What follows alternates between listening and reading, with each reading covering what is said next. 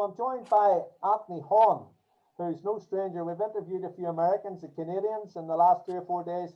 This guy is not American and he's not Canadian. Where are you from, No. Anthony? Where are you from, Anthony? Where's home? I'm from South County, Dublin, in the homeland. Yeah. Very proud to be from there. Are you a dub? Are you a dub or a lily white? I'm absolutely 1000% dub. No, Absolutely. no, Big. I thought you might be lily white down there. No. No, not even close. We could end this interview real quick here, Dan. We'll keep going down that road. Well, listen, we'll move swiftly on from that. Anthony, when we spoke to you for the Irish Spiel back in January 2020, by that stage you'd amassed the winners of about 9.5 million. Have you managed to grow that a bit in the intervening 2 years? Yeah, I went over 10 million sometime last year. I'm not real sure. Well, COVID kind of slowed us down, obviously, like everybody else. Yeah, I'm not sure when it was. Last fall, I think, in Mohawk, I win on something and went over 10 million. So it's been probably 100 or so up over that now. I'm not real sure. We're not doing a lot of racing here right now. We've been on lockdown a couple of times this year in Ontario, so still on it right now. Just kind of starting to come out. We're qualifying at the moment. So back to work. Well, that's some achievement. Yeah. Anthony, you and I go back a long, long time, and maybe just if you don't mind for a minute or two, I'm going to treat you like a stranger and just introduce you to people that don't know you as well as I know you. Anthony was originally from, I think the family were from Ballyfermot in Dublin, then moved out to a palatial ranch or stud farm out at the Mariner Stud in Newcastle, County Dublin, some 20-25 years ago.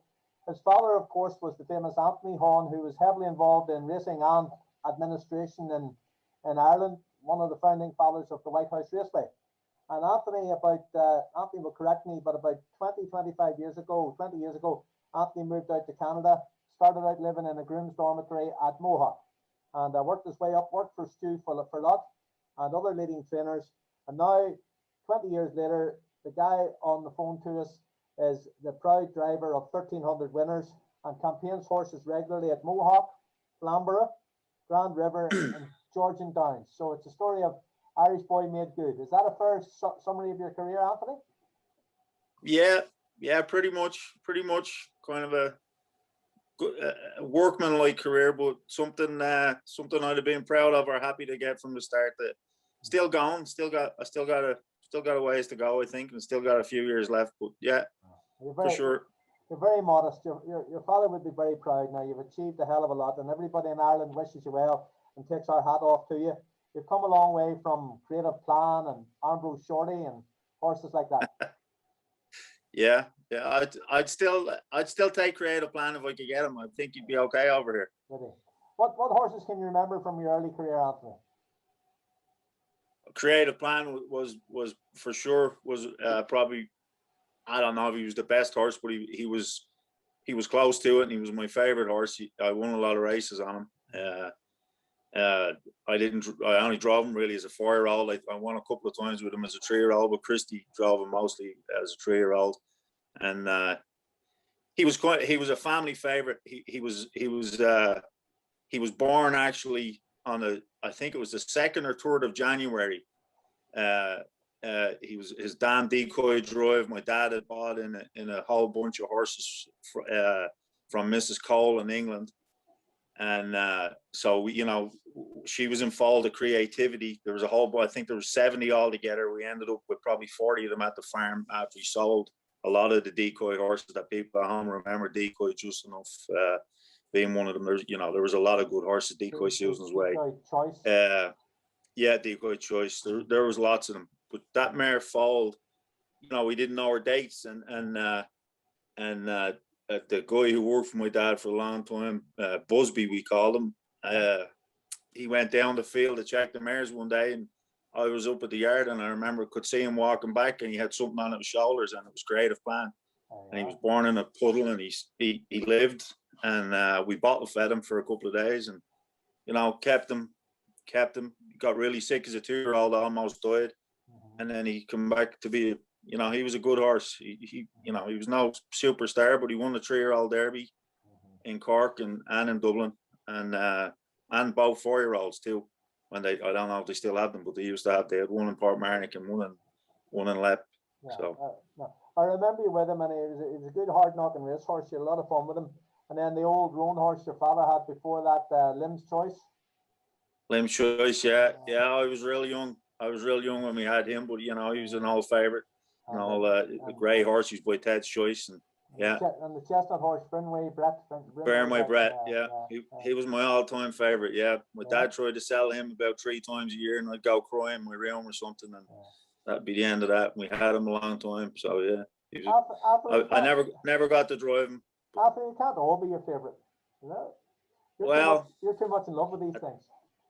At that time, I definitely was. You know how it is. Yeah, of course. The horses you have when you're young, you have a great affection for them. So well then, take us up to then the more modern day, Anthony. These days, I mentioned you campaign horses at where would you call your main track nowadays? Your home track? I suppose it's Mohawk. Flamborough Downs was kind of the first place where I started to get business. But we try and have horses good enough for Mohawk.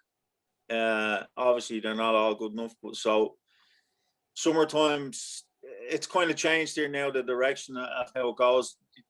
Flamborough Downs used to be a year-round track, as was George, and now they kind of split their time. And I'm a lot busier in the summer, the spring, and the fall because I work a lot more with young horses than kind of the older climbers. I still drive every day in the winter, but I get a lot more business in the summer. So, but Mohawk's probably our home track. We try and have horses that are good enough for there. Most of the stake races are there. So, was there a change over in Canada last season? What happened? Did Greenwood close, or which track? The Woodbine closed, and it's now called Mohawk at Woodbine, or what is it? Woodbine Mohawk Park, they call it now. So Woodbine itself closed which was the track that was in the Thoroughbred track. It was the two-in-one facility.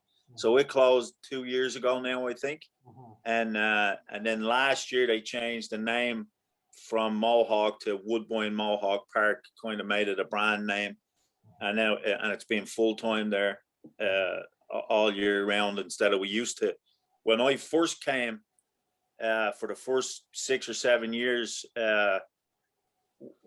they switched twice each time. They'd race winter and summer in Woodbine in Toronto, and then Mohawk race spring and fall. So it was 3 months each place, and we'd switch back and forth, which was kind of cool. The meet would switch, and most people lived around Mohawk, which was the idea of coming back this way. It's a better fan venue. It's close right on top of a lot of people from over there have been the Mohawk. I mean, it's a great place. There's not too many better places. It's right up there with the Meadowlands and Lexington, really, to watch races. Top class venue. Yeah. Top class venue, yeah. Well, I must ask you, what's the coldest temperature you've driven at out in Canada in a race? We don't really have a switch off. What I mean is, have you raced I've driven in -7, -8? Minus 25, minus 28. Oh yeah, we've raced lots of days. It would usually be minus 18, 19, 20, and then they call a wind chill, makes it feel like minus 29, minus 30, and and that's common, really common. And you know what, you really don't notice it that much. If you're if you're racing and that, they usually send you out, we call them short scores. You go out, you go past the grandstand, and you go behind the car, and once you're in the race, you don't feel it. So the only time you would, you race, and hopefully you don't have a real slow horse and you're back in pretty quick. The only time you might feel it is if somebody pulls a shoe or has broken equipment or something like that, so they got to get fixed, and you're out there scrambling around for 4 or 5 minutes. Then then your hands can get cold, your feet can get cold. But tell me, how do the horses adapt to racing at that sort of temperature? Like, how much acclimatization? If a horse came up from the southern states or who'd raced a summer campaign in the States, you would clip that horse, or would you clip them? And how do the horses acclimatize to racing at that and those sort of conditions? I mean, if a horse was to come, say, from Pompano straight, in Florida, right in the middle of winter, I think it would take some kind, it might be a bit of a struggle for them straight away. But the horses that stay here, or they come, you know, they might come in the autumn time, in the fall. You kind of gradually, they really don't mind the cold weather. They will be just as comfortable in the cold weather, more so than when it gets really hot and humid. Then you'll see kind of more struggle. Yeah. You know, they've always had you know, you take care of them, and they make certain rules that, like I say, about being out that long. A lot of guys tie tongues out. You know, you put a tongue tie on, they'll tie it outside for breathing problems. Well, that's not allowed when it gets to a certain temperature, stuff like that. You know, little things, you keep them out. Stuff we wouldn't have to consider. Like, I know we complain about the rain in Ireland, but we do have a very mild climate.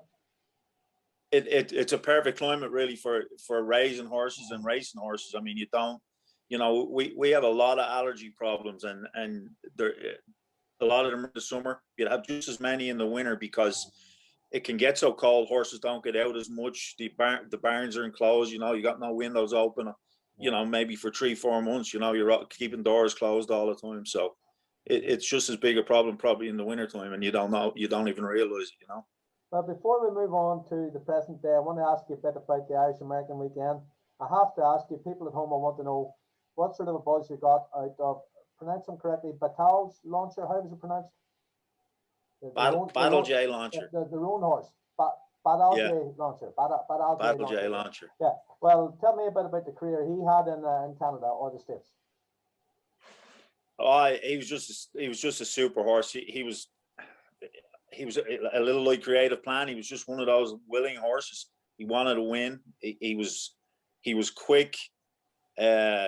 You know, he was very versatile. He could leave, which, you know, anybody will tell you, especially when he raced on half-mile tracks. It really helped him. He was one of those trotters, and I've driven a couple like him. When they got, you know, he could leave the car quick, but a lot of horses get off the car, they get into the turn, and they start to slow themselves up. He really didn't do that. He put his head down and trotted his heart around the turn. So even if you were beat off the car, he could still make that ground up on the turn on a half-mile track. So it was a big help to him. But he was just a great horse. We had him, I think, just over a year, and he won 16 or 17 races. He was horse of the year at 2 tracks the same year, and you know, just a nice horse. And then went to Josh Green down in Dover there, and he raced them everywhere. Same thing. I think we won.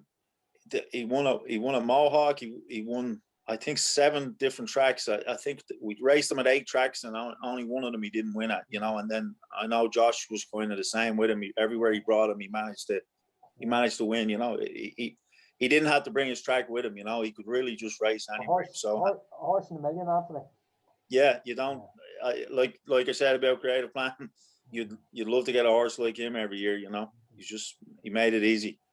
Well, look, as I was explaining to you, this interview we're currently conducting will be beamed onto a big screen in the middle of the track at your home track, really, where you grew up, Portmarnock. And I want to ask you, how much do you know about this Invest in Ourselves initiative and the 3 good quality American stallions we now have access to here? Have you been following it over in Canada, Anthony? Yeah, I do. I follow it. You know, I keep up with the websites there on Facebook, the Facebook pages and stuff, and all the releases, and it's great. You know, it's definitely come on leaps and bounds for sure. The breed is unbelievable in Ireland right now. Great Britain, and you can tell by the horses that are getting imported. I mean, they're so competitive over here now. You know, not you know, there was always horses that came and won. These horses are reaching up different classes. You know, that was something that you could never thought would happen before. So you know, introduction to Sawyers and the mares that people have brought, definitely a great thing. Starting to pay off. Well, tell me this, Anthony. How many seconds of a differential is there, in your opinion, between? Well, we'll talk first of all about the Meadowlands, probably the world's premier track. How many seconds difference, in your opinion, is there between Portmarnock and the Meadowlands? Oh, I mean, it would be drastic to me. And I mean, I know Portmarnock is fast now. I mean, they've done a lot of work on it, but I mean, the Meadowlands you can watch any night. You know, a couple of Saturdays ago, I think they had eight out of 10 pacing races that went sub 50.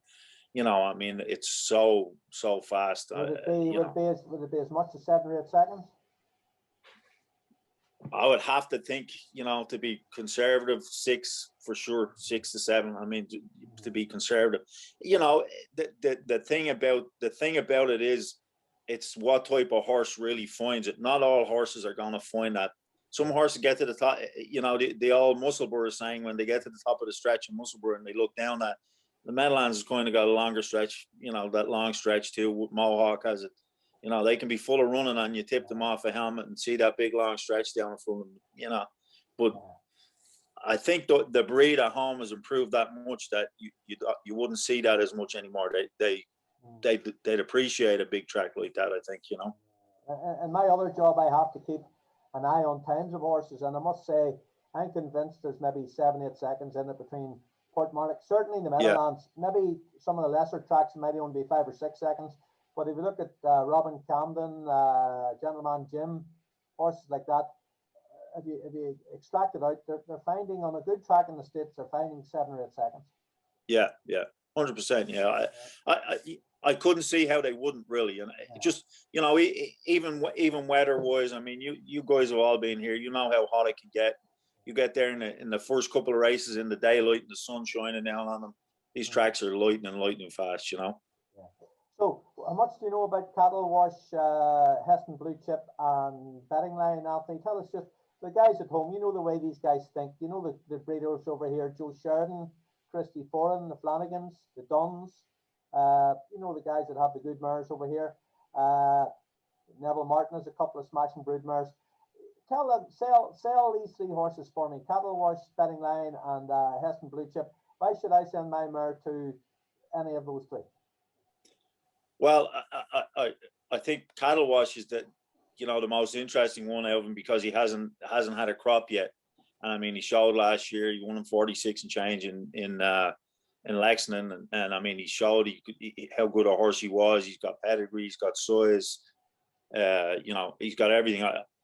I'm really interested to see how good a horse he will be. I think even as a racehorse, that one just down the stud this year. I think as a racehorse, as a 4-year-old, I watched him qualify last week in the Meadowlands. He looked like a gorilla, you know. Yeah. And I know Bill is pretty optimistic about him. So you know, he shouldn't be a hard sell as a breeder to me, especially someone from home. You know, a bit of a no-brainer almost if you're getting him at that type of money. You'd love to take a shot on him. You know, the pedigree he's got in that line, and you know, and just he's such a big, strong horse. He looks like, you know, he looks like the kind of horse you want to breed. Kissie's very proud of Betting Line. Yeah, you know, she should be. I really think Betting Line probably just got hard done by a little bit last year. You know, he was a great horse. I remember a couple of Casey's guys that I was friends with that worked for Casey at the time telling me about him as a 2-year-old and how good he was. And he had bad luck after that. And I'm kind of, well, geez, you know, he hasn't shown up. But as a 3-year-old, North America Cup night, I mean, I was there that night. He was awesome. I think he went in the Poconos next start and he run around there in 47, just, you know, wrapped up. He kind of got in last year where everybody was talking about them, and you know, he came and they maybe didn't fulfill, but he's racing in PA Sires. The best studs in the world are there, and he just happened to kind of run into Beach, Captain Treacher, Sweet Lou, Obviously Mickey, all at the same time. And I got a feeling he'll show up a bit more this year. Some of them 3-year-olds that didn't quite click last year, I think he'll have a better year. I wouldn't be afraid to breed him. And I wasn't able to go to Harrisburg last year, obviously with COVID, but we were looking for something, and we did look at some videos of betting lines. And you know, it's harder to buy them when you're not there. You know, you're looking for something to kind of slide through. Nice type of horse, Anthony, are they? Yeah, really good looking yearlings, and he wasn't a real big horse, but he throws a big strong yearling, which, you know, you never know what they're going to look like when they come out. But he was a good looking horse, but he wasn't overly big, and you know, I don't know what he looks like now, but and finally, a lot of the experts are very keen and excited about this horse, Heston Blue Chip. Tell me a bit about him.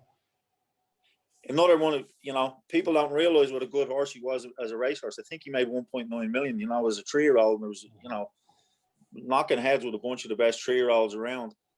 Again, got into you know, New York Sires and PA Sires, kind of tough place to be. And he had a couple of good mares there, you know, seemed to be maybe a little bit better than the Colts.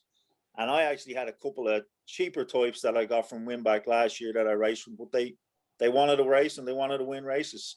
They were and that's, you know, blue chips, yeah. Yeah. And if they, you know, it doesn't matter what class they're at. If they want to win, you know, that kind of, it progresses into each class. You know what I mean? Whether they're world champions or they're maidens in Flamborough, if they all show that same kind of grittiness, and usually they do, you know, they throw it. And he had that kind of attitude. I think, you know, Timmy always said that about him. He was one of those horses. He dug deep when it come neck and neck. He found a way to win. Well, and that's what you look for in a horse. So those are great recommendations from somebody who's pretty close to the subject. The wider Irish industry, Anthony, you're a long time out of here now. Your father was a great administrator, and your father tried his heart out all his life to better Irish harness racing. What would he make of what's going on now? Like, the main things are, of course, we have this Help Ourselves initiative. We have the involvement of Bill Donovan. We have so much going on. We have the Red John down in Lyre tonight. News broke that HRA has got grant money from the Northern Ireland government to help the track. I've seen that, up at Annachmore.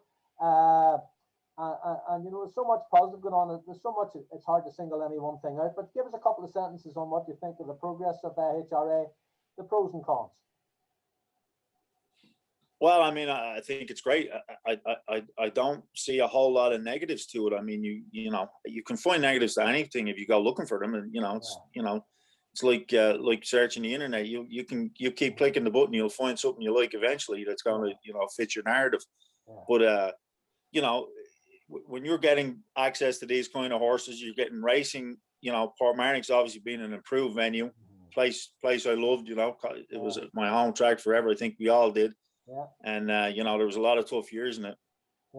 Right now, it looks great. You can watch races on it, you know, live streaming and stuff like that. The track's obviously better than it's ever been, and the breed has got better, as we've talked about. You got access to stallions, and people have always invested at home. You know, they've always invested, whether it was wisely or not. They've always done what they thought was right and bought mares and bought stallions, and I think that's kind of paying off now. And I just read just before I talked to you about the grant up the north there, which, I mean, anytime you can get a grant to help you, I mean, it's big news. It's important. Like, trotting harness racing in the north's been a bit of a political football, and it's nice to see the HRA getting this success with the Northern Ireland government. You know, when detractors, there's so many detractors of the sport. Like you say, if you look long enough, you'll always get somebody who say, who wants to talk about a square football. But the point is that the stats don't lie, Anthony. In October 2019, there was a meeting at Portmarnock with 83 entries, you know, in October. That was unheard of when you and I were growing up. And then for the team at IHRA to put on a product that gets 83 entries in October, somebody's doing something right. Yeah. Well, I think it shows you that people are you know, our problem back then was that everybody worked and you know, it was a hobby, and it still is to some degree, but you're able to have guys that can train your horses. It's worth your while to have them in and spend the time on them. It wasn't always like that, you know, and that was fine. Now it is, you know, you can have a horse that pays its way, you know, and it doesn't cost you money.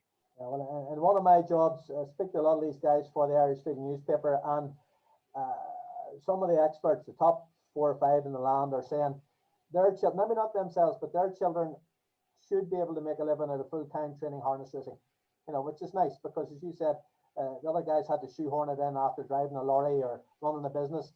And these, maybe not ourselves, but our children should be able to make a living, if it keeps developing, having a full-time bar.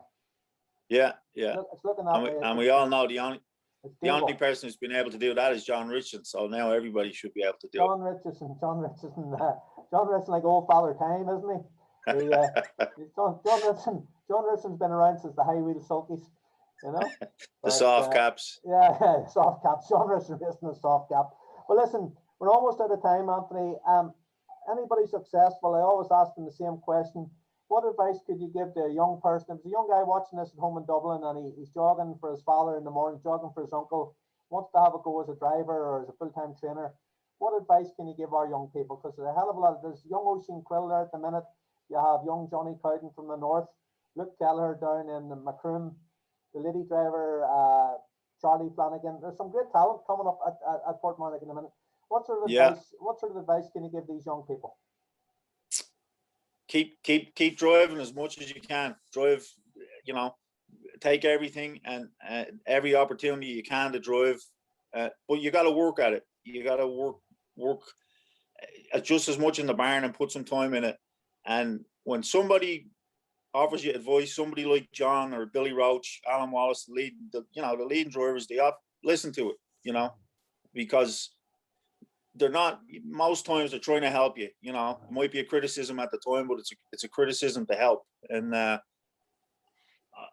didn't always listen, I don't think, but I think in general, when I came to Canada, I was lucky enough to be around Flamborough a lot, where there was a lot of guys I respected there in London, and they always took time out, and I kind of got it into my head that it was, they were trying to help you and time to listen. And I definitely think it's a help. If you keep driving horses and but if somebody offers you some advice, you don't have to take it, but listen to it.